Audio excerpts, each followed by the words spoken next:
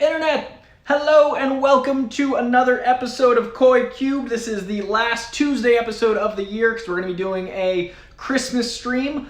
So next Tuesday being merely 3 days before Christmas, we're unlikely to do any sort of Koi Cubed, and there's going to be less and less news. So this is our last Tuesday Koi Cubed of the year. It has been a lovely Tuesday tradition to share with y'all. On Christmas, I'm looking to do probably like a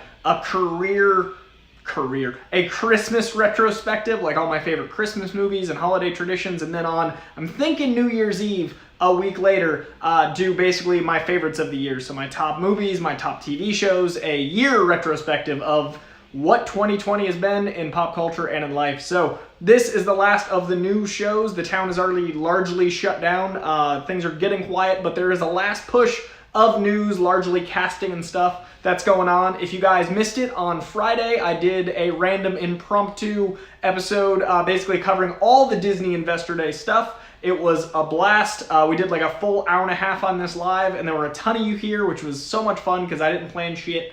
So that was one of my more unorganized shows, and it was an awesome time. So I'll try to get one of those little things where I pop up the link here in case you missed it, because we're going to do the additional stuff, like things I missed in that hour and a half, but I covered a lot of it. So if you missed that episode, it dropped on a Friday. All the Disney investor stuff you can find right over there, but some of the stuff I missed include, let's break it down by just the Disney stuff, just the Marvel Disney stuff. Sorry guys, I am impossibly tired for a Tuesday. That's one of the reasons the show is a little late today.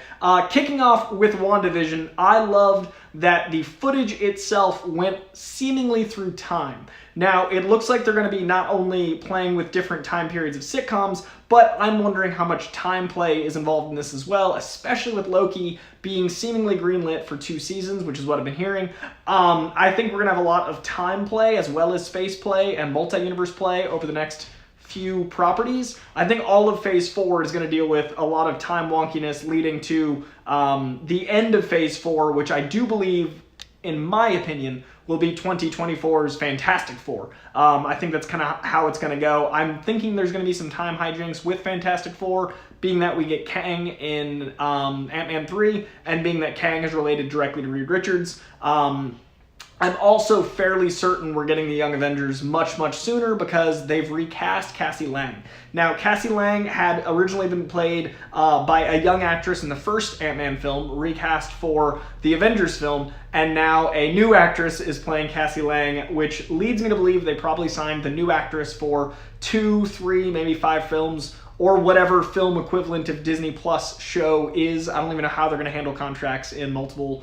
Like, I'm sure they signed their likeness for, video games and movies and stuff, but I'm wondering if they're starting to do, like, property deals, like 4 or 5 properties, so, like, 3 shows and 2 movies. Anyway, there's a new actress playing Cassie Lang, we found out, alongside the announcement of Kang the Conqueror briefly. They were spitting out so many facts, but in the image of Ant-Man 3, we do have a new Cassie Lang. So that leads me to believe we're going to be getting a Young Avengers before the end of Phase 4. We've already got Kate Bishop, we've already got America Chavez, who was just confirmed. Now we have Stature. We are very, very few members away from getting a potential Young Avengers team, and I think they'll make Ms. Marvel part of it, which is very exciting. Lots of stuff moving and grooving, so I'm really excited for that.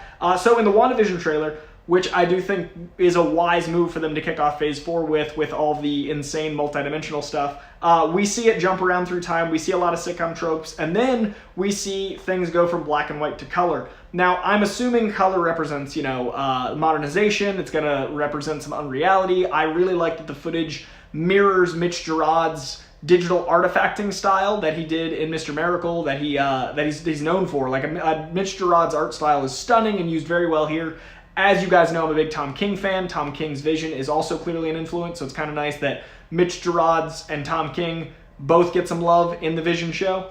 As we go through the trailer, things get more and more uneasy. It starts out as like this dark horror comedy. As I said on the impromptu Disney show, the horror of sitcoms past to me is always that strangeness of the voices you're hearing and the laughs you're hearing are dead.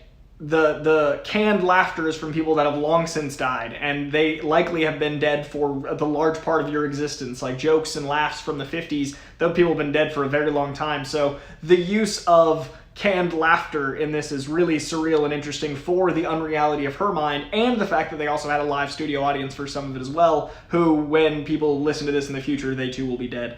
Just the strange horror of reality and the concepts of entertainment is at play in the show, and also through reality, our reality will come to play in future visits and watches as well. The next interesting thing that I found about the characters was the moment of glee about the pregnancy, the Vision touching her belly, and Wanda obviously being overjoyed with that. I'm really curious how they handle the concept of cyborg versus witch childbirth. Like, will that be, will she get pregnant and have a baby in a couple months? Will the pregnancy be a key part of multiple episodes? Will they acknowledge how strange that, I mean, obviously they'll acknowledge how strange it is, but will it be a traditional pregnancy, or will it be like, next time on, and she has the baby? That's intriguing to me. We get a few shots of Agnes. A lot of us think it's going to be Agatha Harkness, who's a giant witchy villain of the comic books, and I think that Kathryn Hahn is going to slay. She seems very intense and terrifying. There's also a lot of different time jumps in wardrobe, like we see basically the human version of Vision go through a few different decades, as well as the human version of Wanda, and I think that's going to be maybe each episode's a different decade to reflect the different sitcoms. Who knows? But we also get our first look at Monica Rambeau, who I'm very excited to see. We saw her as a child in Captain Marvel. Captain Marvel taking place in the 90s. She looks like she's in the 70s wardrobe, so that is interesting for chronology. Obviously, being a mess of reality, this will be an interesting thing to see how they explain the 70s wardrobe for a character that was a child in the 90s. All of that leading to a bunch of very intense action shots, a lot of giant explosions, a lot of military, and then full-blown, seemingly Avengers-level action for the last third of the trailer.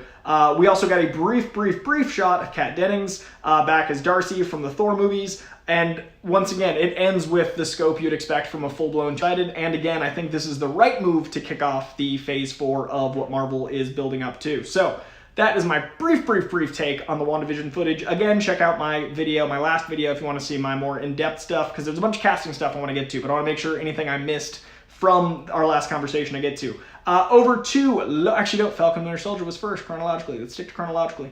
Falcon Winter Soldier was my favorite bit of footage from the day. All day, I think this show looks like a 6-hour Winter Soldier.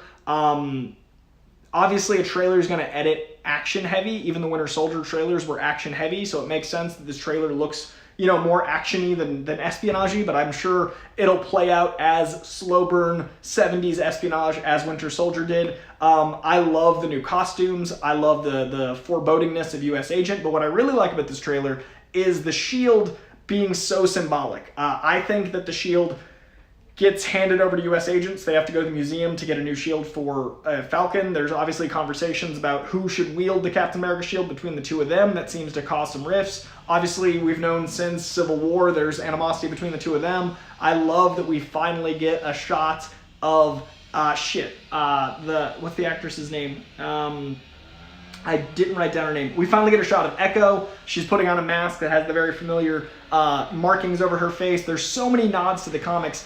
And we are getting more and more into the scope of ramifications. We see the ramifications of Zemo losing his parents. We see all of the stuff about this long game he's been playing since Civil War. We also get some funny shots of just superheroes in day-to-day stuff that leads to crazy action. Sorry, Spidey's on my lap and I'm impossibly thirsty. There's so much coolness with this trailer, and overall, I just want more espionage Marvel. I want more contained stuff that builds to big stuff, and I'm really glad that it goes WandaVision straight over to Falcon Winter Soldier. So we get the insane psychological warfare of WandaVision, then we get the literal warfare of Falcon Winter Soldier, and then we get the multi-dimensional warfare of What If. Out of the What If comics, I'm typically not one that watches as much in the medium of animation as I do live action. It's nothing against animation, there's just so much content, and I tend to be drawn more towards, I empathize with characters that I can see into their soul. Like, I love actors and I love that world. I have nothing against animation, it's just there's too much content. I love the Animatrix. I'm currently enjoying My Hero Academia, but I watched like 10-1 or 20-1 live action animation. All of those caveats notwithstanding, I don't know a lot about animation. This looks stunning. This looks like such a different take. I love that each different comic book, each different episode, each different what if is going to be a completely different art style, which also reminds me of the Animatrix. I really like to get to tell stories that they'd never really normally get to tell. I love that they're referencing frame by frame some of their own past MCU work. Obviously, the footage of Peggy as Cap, we've seen little tastes of that, but it is so freaking cool to see in motion. I love the way they decided to actually animate it. I love the idea that I think Iron Man is going to be Steve Rogers and she's going to be Cap. I think when she's riding Iron Man's back or War Machine, whatever character they land on, that's going to be Steve. I love all the different Captain Americas, including Zombie Cap. Obviously, there's a ton of different what-ifs they can allude to here. I think we saw like 5 or 6 of them in this array of story. All being said, I think this is a great move to tell stories that would not normally be told with different styles, with people that love animation getting to share their stuff. Plus, we get another Chadwick Boseman as Black Panther, which is beautiful. We briefly see him in the trailer. I think that's the last thing he was able to do with Marvel, so I'm really excited to honor Chadwick Boseman in a new way. Star-Lord being Black Panther is so exciting in general. The footage itself, seeing Uatu and hearing Jeffrey Wright's voice come out of it is so freaking cool. I'm just, all in all, elated by this footage, especially for being someone that isn't typically, as much of an animation guy as I would like to be.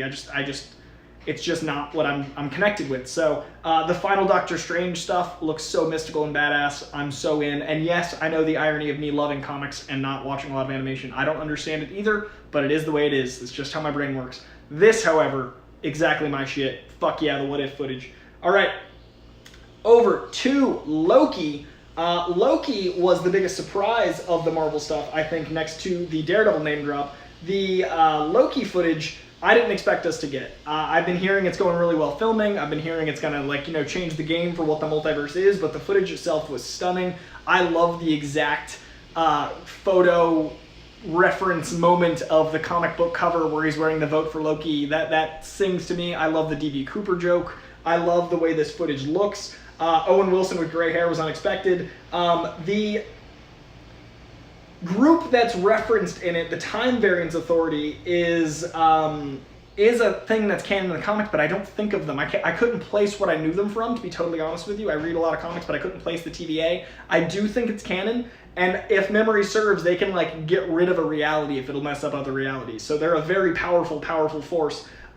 There's a lot of people that think that the character Owen Wilson's playing is Mobius, which is exciting, not Michael Morbius, but Mobius. And I think that this show will have bigger ramifications to the rest of the MCU that we would have expected because of the storyline that's being told. Because this goes very cosmic, and it looks like Guardians of the Galaxy-esque in scope. And I think, but I think it'll be tied more directly to the Marvel Universe than the Guardians was at first. So I think we're going to see this playing with a lot of reality. The trailer itself jumps in and out of time.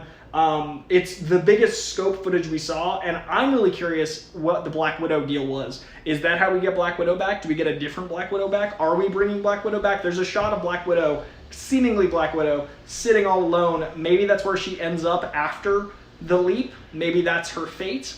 Maybe she's sitting, a lot of people think she's sitting on Galactus. I don't know about that. But the footage itself has the most conversation coming out of it because it's the most rapid-fire insanity, I think even more than Wanda Vision. Holy crap, the Loki footage. I'm very excited. So check out the Loki footage if you somehow haven't already. It's funny, we're talking about this 3 days after and it feels like a year because time is so weird. It was just Friday, I think, if memory serves, or was it Thursday? I don't know. Either way, it's very recent, but it's hard to keep track of all the time variances a la storyline and a la our reality are affecting my sense of time. All that being said, it's awesome. All of this stuff looks great. I was super impressed. I'm all in, and yeah, let's strap in and go. Now, before I leave the Disney part of the conversation of this show, here is everything. We got adjusted dates for all this stuff, and we finally have one through line of when everything's coming out. Now, this will likely all be adjusted and shifted around again. This is likely a placeholder list, but it's the most updated list of release dates, so it's worth at least having the conversation of. So, Disney owns everything. Here is the list of what's going on at Disney, Lucasfilm, and Pixar. So, the entire 2020, but next year, it's going to make up for it insanely. So, January 15th, 2021, Wanda Vision. Raya and the Last Dragon, March 5th. So, a mere 2 months later, we get our first feature film from Disney. And then The Falcon and Winter Soldier drops March 19th, 2021. Now, WandaVision being 6 weeks, dropping weekly, that means there's only 2 weeks off in between WandaVision and Falcon Winter Soldier, which is incredible. So, Falcon Winter Soldier, March 19th. Black Widow, May 7th. So, that's what?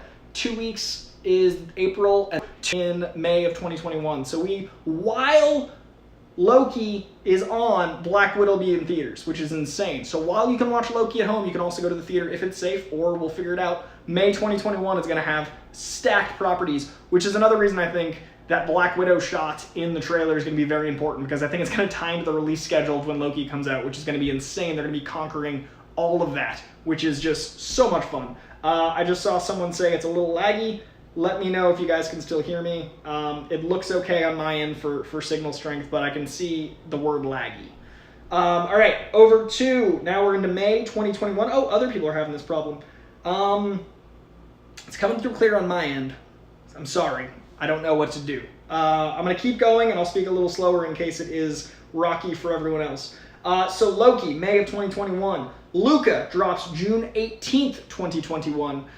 Then we've got Shang-Chi and the Legend of the Ten Rings. We finally get Simu in the first Shang-Chi movie, dropping July 9th, 2021, a full year after it was intended, remaining a summer film, which is very exciting, July 9th, 2021. So, before we get to midway through next year, we're going to have WandaVision, Falcon Winter Soldier, Black Widow, Loki, and Shang-Chi all before the year is halfway through. 3 shows, 2 movies next year. Holy shit. Basically, I'm going to be the busiest person ever, either here or maybe I'll find a network to play with and do all this coverage in a larger scope, but whoa. All right, so Shang-Chi, July 9th, 2021. November 5th, the biggest gap of next year is July to November, which is not a long gap at all. July to November, we've got Eternals, November 5th, 2021, a year later than it was meant to be, but going to theaters, very excited. Encanto coming November 24th, 2021, a mere 3 weeks after the Eternals. The 3rd Spider-Man film dropping on December 17th, 2021. We're getting What If in summer of 2021. That does not have a date yet, but sometime in the summer.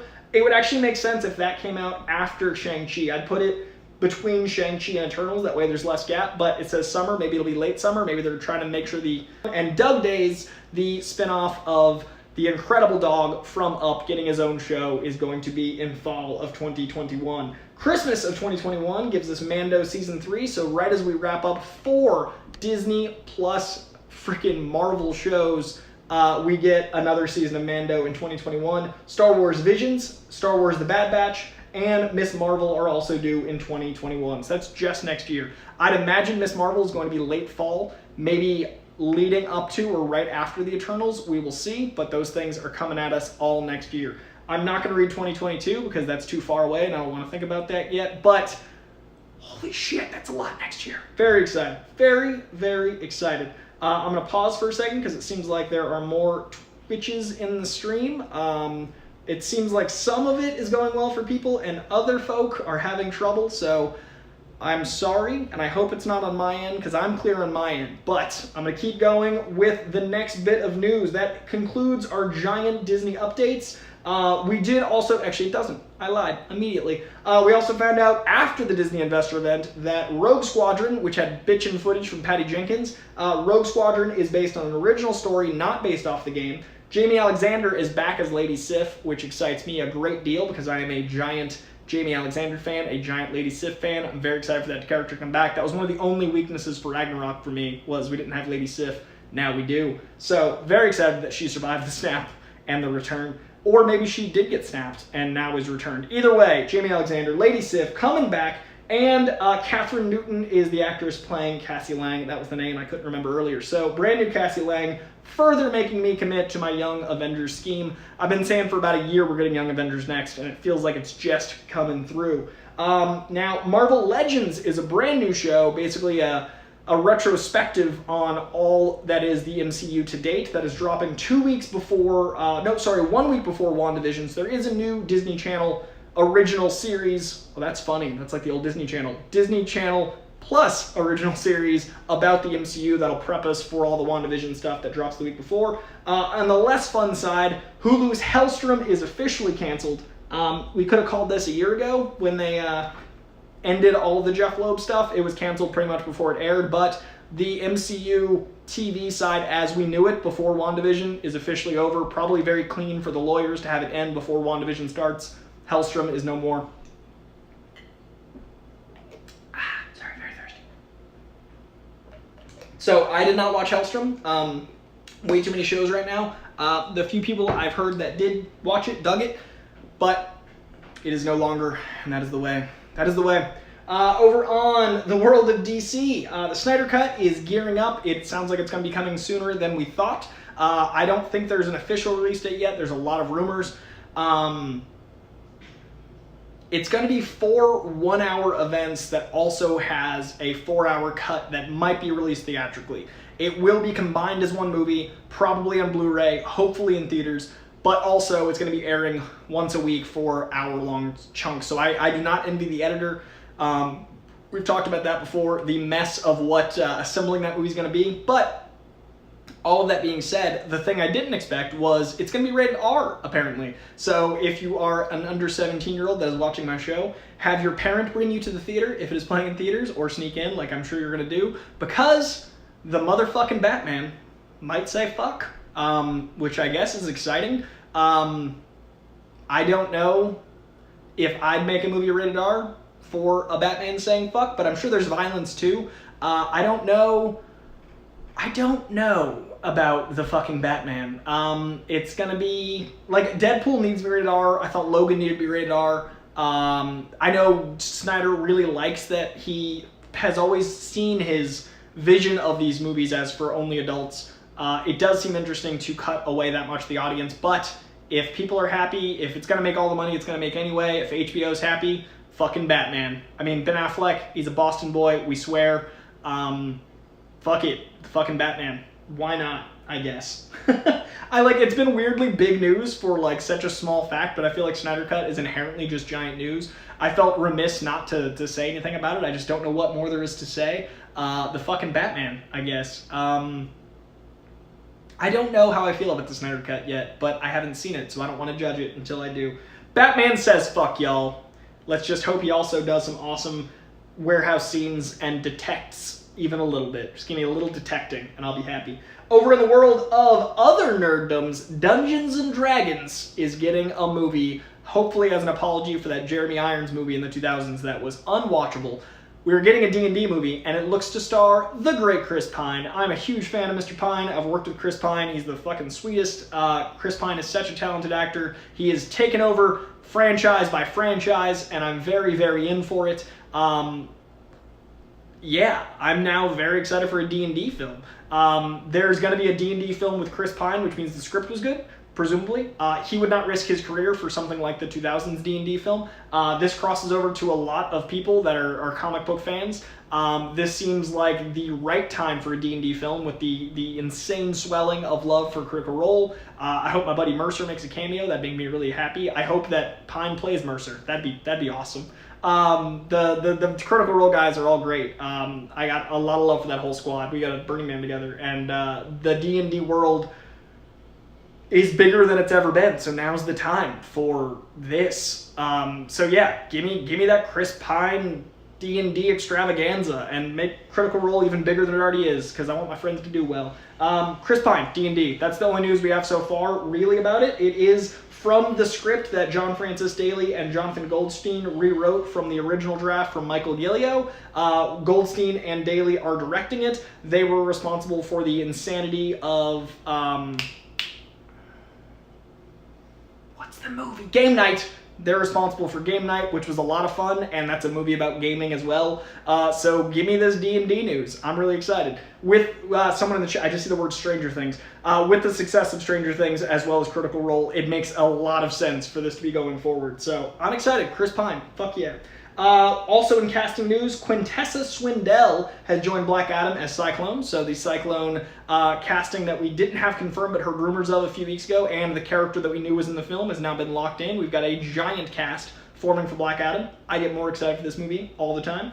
HBO Max, you guys remember a few weeks ago when I shared that video on my Instagram, it also talked about Dave Chappelle wanting them to take down his show from Netflix, and they did pretty much immediately. Netflix and Chappelle have this great relationship. They took it down. Now HBO Max is following suit. Chappelle was not paid for his time for season 3 on Chappelle's show. A lot of people thought he made $10 million for 3 episodes. He didn't. There's a lot of controversy around the mess that is creative rights and freedoms and owning shit in perpetuity, so he very eloquently spoke for 15 minutes about how he feels about them airing his shows, and HBO Max is listening, and they're also taking down the Chappelle show that feels deserved. So check out Chappelle's Instagram and check out the whole story about it. HBO Max, Netflix, both striking Chappelle show from the internet record, and I hope that means we get more Chappelle show and it's handled well. Like, imagine if we got a season 4 because they respected his time and we paid Chappelle for his work. Fuck yeah, give me that. Weirder things have happened this year. I just talked about an R-rated fucking Snyder cut with Batman saying fuck. If Batman waits... Oh, okay, we're trying to reconnect. Okay, we're back. This time I did notice, guys. I'm trying to pay attention to technical shit. That time that was an error in the stream. But we're back. All right, boom. Let's see. Ian, you did tell me. And here we are. You were right. And that's why I dramatically paused, because you were right. All right, back to the news. Let's see. Speaking of Ben Affleck as Batman, have you guys read about the original idea for what was going to be Joe Manganiello's Deathstroke as part of Ben Affleck's Batman movie?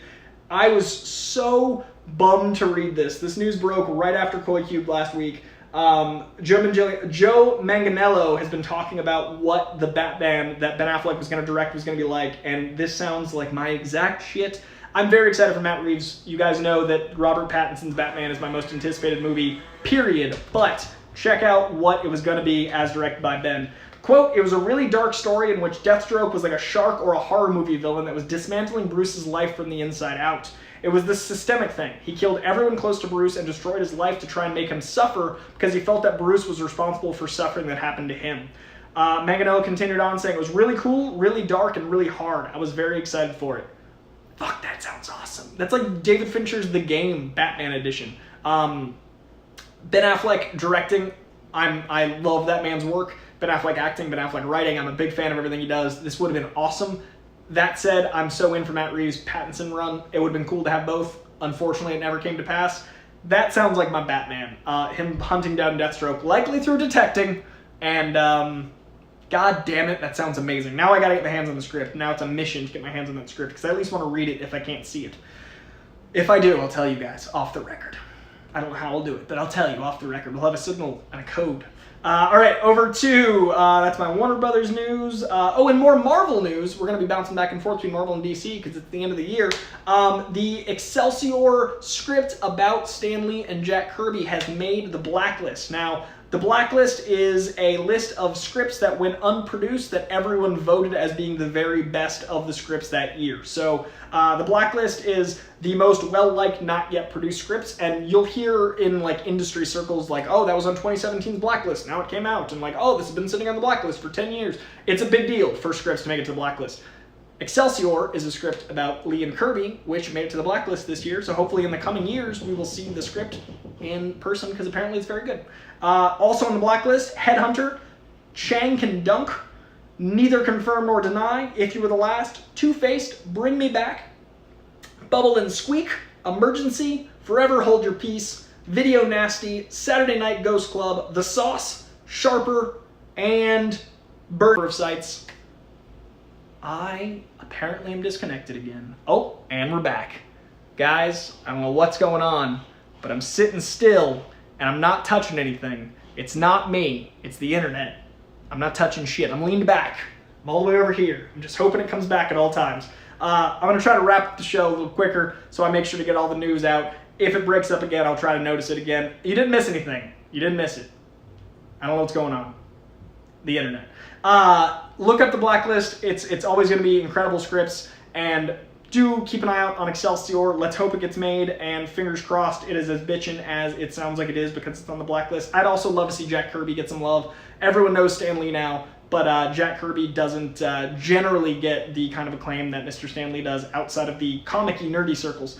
Speaking of comic-y nerdy circles, Wonder Woman 84 is starting to get some love. Wonder Woman 84 has been screened for a few critics. Everyone I know loves it. Perry liked it, didn't love it. You can see all these reviews on various spots of the internet. I haven't talked to Perry about it yet because I don't want to hear anything, so I'm doing a lot of la la la la la. But people are saying it is solid. I get to see it on the 22nd, and I will hopefully, if I can, report back to you as soon as possible what I thought of it. As soon as I know what the embargo situation is, I will do a review that fucking day and let you guys know what I thought. So I have not seen it yet, but word is very positive on Wonder Woman 84, and hopefully I can tell you guys before the 25th my thoughts if I'm allowed. I'm very excited. I love the first one. I think the first 2 acts of the first one are amongst the best superhero film ever made, and I think an overall average is strong as fuck for the Wonder Woman experience. So I really dug it. I'm really excited for more. Time will tell. I just know that the more I hear about the behind-the-scenes stuff, the more excited I am. Warner Brothers, likewise, had a giant release shuffle because of the HBO Max thing, which you guys have heard me talk about plenty, so I'm not going to bitch anymore here. But alongside Disney, they had a giant release shuffle that includes, let me read you guys what 2021, it's only fair. If I talk about Disney's 2021, let's talk about Warner Brothers 2021. These are all day and date theater and HBO Max, keep in mind. So you'll be able to watch these as long as they hold to their date at home on HBO Max as well. We get The Little Things on January 29th, Tom and Jerry on February 26th, The Many Saints of Newark on March 12th, Mortal fucking Kombat, which I'm very excited about, Louis Tan, man, April 16th, Godzilla, that whole cast, like Mortal Kombat finally learned to really strap in and cast the right people, I think. I don't know, they haven't revealed a super amount of it, but I think that the Mortal Kombat is going to finally get the movie it deserves. I'm hopeful. I loved that game as a kid. Godzilla vs. Kong on May 21st. The Conjuring, The Devil Made Me Do It on June 4th. In the Heights, the new Lin-Manuel Miranda film on June 18th. Space Jam, A New Legacy, a movie I never thought would exist, July 16th. The Suicide Squad, James Gunn sequel, August 6th. Dune, October 1st. Hope it does well enough to get another one. I'm very excited for Dune. Elvis, November 5th. King Richard, November 19th. Matrix 4 being the Christmas film on December 22nd. And that leaves Judas and the Black Messiah, Malignant, Reminiscence, and Those Who Wish Me Dead, TBA. They don't have release dates yet, but we will see. I'm very excited for all of these, and time will tell if those dates stick, but that is where we stand with Warner Brothers slate / HBO Max's slate as of press right now. Quickly, in casting news, Ana de Armas has joined Ryan Gosling and Chris Evans in the Russo brothers' next, The Gray Man. It is a spy thriller that I'm fucking stoked for. You already got Gosling and Evans. You add Ana de Armas? Yes. Russo brothers? Yes. We've also got Adam McKay's Don't Look Up, which already had Leo DiCaprio, Jennifer Lawrence, Meryl Streep, a giant cast. Adam McKay always gets some of the best ensemble talent, period. Has just added Chris Evans. So Chris Evans is going to be doing an Adam McKay film. He's going to be doing... the Buzz Lightyear movie. I'm so excited for Adam McKay's next. Give me that. We've also got 2 members of my Season 2 Comic Book Shopping cast. I'm going to take all the credit out of 11 guests on the Comic Book Shopping. 2 are teaming up. It's a coincidence. No, it's not. It's the Comic Book Shopping bump. Like the Colbert bump, the Comic Book Shopping bump. Because these 2 up-and-coming actors, these 2 guys really needed, the notice that my fledgling comic book show gave them. Yahya Abdul-Mateen II and Jake Gyllenhaal are doing a movie together for Michael Bay called Ambulance. These 2 dudes are awesome. I'm a big fan of both of them. They're both actors that have an entire genre insane knowledge penchant for architecture. I'm very excited to see them work together. They're 2 of the smartest guys I've had conversations with, 2 of the most creative. They're geniuses in their field, and they like a lot of the same shit. I can't wait to see them team up. Michael Bay is making a movie I'm excited about. 2020 is crazy. Michael Bay's Ambulance, starring Jake Gyllenhaal and Yahya Abdul-Mateen II. Give me that movie. Over in the world of Dan Trachtenberg, the guy that did 10 Cloverfield Lane, he is doing a Houdini movie with Ben Affleck, but Ben Affleck is not playing Houdini, but he's in the movie. So that's your casting bevy. That's your speed casting call. Over in the world of directors I love, and movies I love, and things that I never thought would love each other, Christopher Nolan loves the Fast and the Furious films. That makes me so happy and so confused at the same time. I defend those films to anyone that'll listen, and the fact that no one likes them gives me an extra little jab, and people don't like them. No one likes them. That means they're cinema. Fast and the Furious, no one approved. You're goddamn right. Before we briefly talk about this most recent episode of Mando, while we're talking about Chris Nolan, who has been very aggressively pro-cinema and anti-streaming, stealing cinema, Denis Villeneuve, whose name I cannot say, who is one of the best directors working alongside Nolan. He did Enemy and Prisoners. He's got the upcoming Dune, all of this glorious... The man's a genius of cinema. He also sided with Chris Nolan about how bullshit this HBO Max thing is, saying, quote, "There is absolutely no love for cinema nor for the audience here," he writes of the studio's decision. WB's sudden reversal from being a legacy home for filmmakers to the new era of complete disregard draws a clear line. He acknowledges that streaming services are a, quote, "positive and powerful addition to the movie and TV ecosystem, but want to be clear that there's a difference in the type of content that made for the big screen and the type that isn't. I want the audience to understand that streaming alone can't sustain the film industry as we knew before COVID. Streaming can produce great content, but not movies of Dune's scope and scale. Dune is, quote, "by far the best movie he's ever made," and he emphasizes how much work went into preparing it for theatrical release, including the multiple release date delays which were intended to allow the movie to open during a safer time. Ending with, quote, "I strongly believe the future of cinema will be on the big screen no matter what any Wall Street dilettante says." Ending with a call to action for AT&T saying, quote, "So, just as I have both a fiduciary, hard word to say, fiduciary, and creative responsibility to fulfill as the filmmaker, I call on AT&T to act swiftly with the same responsibility." I fucking agree. Sorry, one last quote that I wrote down. "With the same responsibility, respect, and regard to protect this vital cultural medium, economic impact to the stakeholders is only one aspect of corporate social responsibility. Finding ways to enhance culture is another." Fuck yes. Great quote. Well spoken. Good words, guy. I fucked a few of those words up because they're great words. I apologize. Holy shit. That's exactly how I feel. The culture is more important than one bottom line of your red line for your budget at the end of the year. Cinema is more important than 1 year of your fucking bottom line. An entire industry is more important. But he already said all that, so I don't need to repeat it. You've heard it from me, you've heard it from Nolan, you've heard it from Denis. These guys are smart. That said, we will have to see how this goes, and time will tell. I'm hearing that AMC needs some $750 million to stay afloat next year if theaters don't reopen to scale, which who knows if that's possible. It is a scary, scary, scary time. I still think they should delay everything until it's safe completely. There's plenty of content streaming. There's plenty of content made for streaming. There's plenty of movies that you've not seen that are old or even last year. If it's meant to be seen in theaters, it should be seen in theaters. That said, some things aren't meant to be seen in theaters, because Mandalorian, as much as I'd love to see it in theaters, I've seen 2 episodes at a drive-in, and that was awesome. But Mandalorian is made for the small screen, and The Mandalorian, episode 15, was incredible. Bill Burr. Remember when I said Bill Burr should get a spinoff? Remember whenever he laughed at me, and they said it was just because I'm from Boston, and just because I love Bill Burr doesn't mean he belongs in Star Wars. Everyone hated that episode of Bill Burr, and I was like, no. Bill Burr is a goddamn champion. He's a goddamn genius, and Space Boston is the only spinoff I want to go to. I want a spinoff with Baby Yoda and Miggs, who is effectively Riggs. It's right there in the name. Baby Yoda's too young for this shit. Miggs is an ex-Imperial on the edge. Together, they are the Space Force. And the Space Force protects those that can't protect themselves.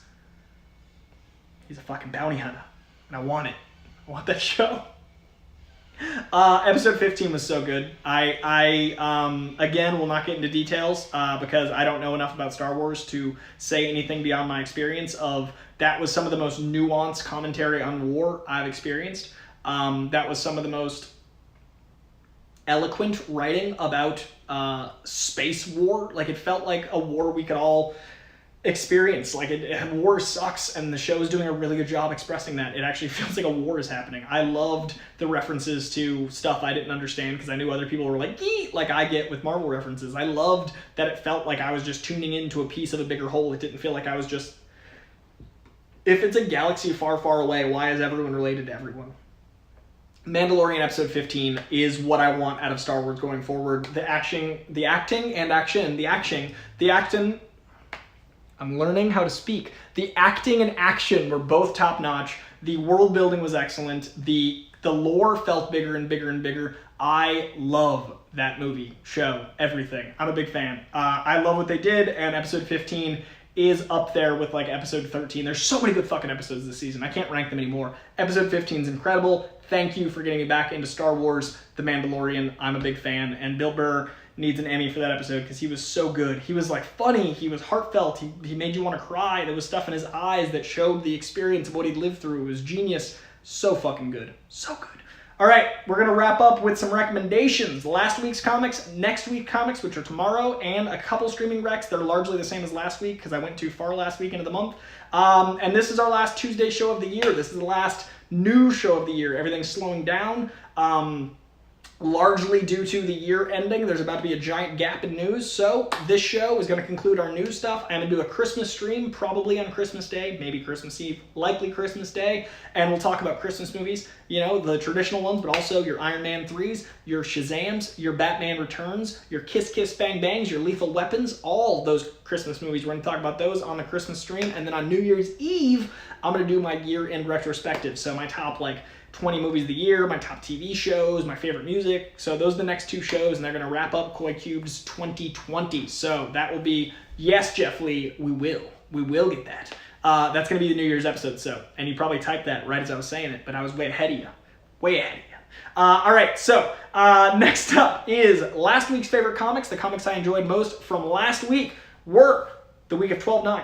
Were Batman Black and White #1, a great new title about the Bat. Captain Marvel #24. I love this arc of Captain Marvel. I keep saying it. Crossover #2 continues to wow. What a debut and follow-up from Donny Cates. Guardians of the Galaxy #9. First time Guardians has made my top list in a little while. Really solid issue from Al Ewing. Heroes at Home #1, collecting all of the What Are Heroes Doing Home at Quarantine. It's a one-shot. It's a lot of fun. Heroes at Home #1. Homesick Pilots, new pilot, very punk rock from Image Comics. Juggernaut #4, a very fun title illustrated by Ron Gardy, written by Fabian Echenza. A very fun little spin-off for the mutant world. Marauders #16, more mutant goodness. Post Giant X of Swords event, more Kate Bishop.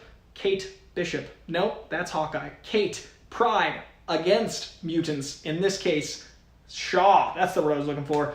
Kitty Pryde versus Shaw. Solid issue. Really fun stuff. Seven Secrets #5. Loving this little new world being built by Tom Taylor. Strange Academy #6. Sword #1. New Space Cop stuff from Marvel with Sword #1. Teenage Mutant Ninja Turtles: The Last Ronin #1. You guys wanted me to read this book for weeks, and I finally got into it, and holy shit, I loved it. Yes, you were right. It's a great Turtles book. You don't have to have read any Turtles before. Great jumping on point. Very Frank Miller. Very gritty. Super Kevin Eastman. Yeah, it's everything I wanted. The Last Ronin, Teenage Mutant Ninja Turtles #1. Venom 31, continuing the insane alternate reality stuff going on with Venom right now. This week I recommend the books that drop tomorrow. New comic book day tomorrow, 12/16. Batman 105, Batman's Grave #12, Captain America 26, Catwoman 28, Deadpool #9, Decorum #6, Fantastic Four 27, Green Lantern Season 2 #10, Immortal Hulk 41, Iron Man #4, King in Black, Black Cat #1, King in Black Immortal Hulk #1, Magnificent Miss Marvel #17, New Mutants #14, Nightwing #77, Rorschach #3, Savage Avengers 16, Stillwater #4, that is a Chip Zdarsky indie comic, that's solid, Superman 28, Symbiote Spider-Man King in Black #2, Taskmaster #2, one of my surprises of the year is how good and funny this Taskmaster book is. We Only Find Them When They're Dead #4, Wolverine Black and White and Blood #2, X-Force #15 are the comics I'm going to be checking out this week, and I'm very excited for all of them. And then on streaming, today on Netflix, you can watch The Professor and the Madman, one of my top 10 films of 2018 about the invention of the dictionary. On the 16th, tomorrow, you can watch Nocturnal Animals, a very fucked up, very jarring, intense performance by Jake Gyllenhaal, available tomorrow. And on the 18th, the final in-person live, not animated performance from the great Chadwick Boseman in Ma Rainey's Black Bottom drops on the 18th. Very excited for that. Apparently he's a powerhouse in it, because he always was. Very excited to see Ma Rainey's Black Bottom on the 18th. Then on Hulu on the 12th, we just got Endless. On Disney Plus on the 18th, we also get Eddie the Eagle, which I believe is Friday. So lots of good stuff over on streaming. And then on Christmas Wonder Woman 84, and Soul on Disney+. Lots of content to watch at home, which means you can stay safe, you can stay sane, you can stay home, and protect your family and your loved ones and your friends. I am going to get tested again tomorrow because I've only seen 5 people in the last 2 weeks, but I have gone to the grocery store, so I'm going to get tested. Then I'm going to strap in for the holidays. I'm not going home to see my family, which is why I can do that Christmas stream to share with y'all. It is a bummer because I love going home to see my family. I'm one of the few people I know that looks forward to the Christmas holiday with my family, but this year it is not the way of things. Stay home. This is the way. I hope you guys had fun. This, like I said, is our last of the Tuesday shows this year. The next one's going to be on the 25th and then on New Year's Eve. But between that and then, we're going to be dropping an Anna and the Apocalypse review that I did for AJ Lancaster. On Christmas Eve or thereabouts, I'm going to be dropping a Miracle on 34th Street classic 30s movie review for Mr. John Getz. And hopefully Friday, if the testing happens and time works out, we might be able to sneak in one more comic books and craft beer. I just want to get tested before I see Jenny and vice versa, because Jenny's working on film sets, so she's getting tested all the time, but I got to make sure I'm good before I let somebody in my house, because I'm not a monster. So hopefully comic books and craft beer, one last one on Friday, because I'm going to try to be dry in January. Try not to drink the first month of next year, so there won't be any comic books and craft beer in January, because your boy's trying to get shredded, and booze doesn't help with that. So lots of stuff coming at you. A new Koi cast drops tomorrow. There is lots and lots of Koi tent coming your way. This was fun. I hope you enjoyed the last bit of news, and I will see you guys on Christmas, or I will see you on Friday for comic books and craft beer. Wait a second, Jason Ritchie. I was literally leaned forward and saw that, and I almost signed off, but no. Mr. Jason Ritchie with the Boom Super Chat. Christmas is also a day that I look forward to, so here's a little something to get yourself a little present. Jason Ritchie with the sweetness right as I wrap up, just being an angel boy.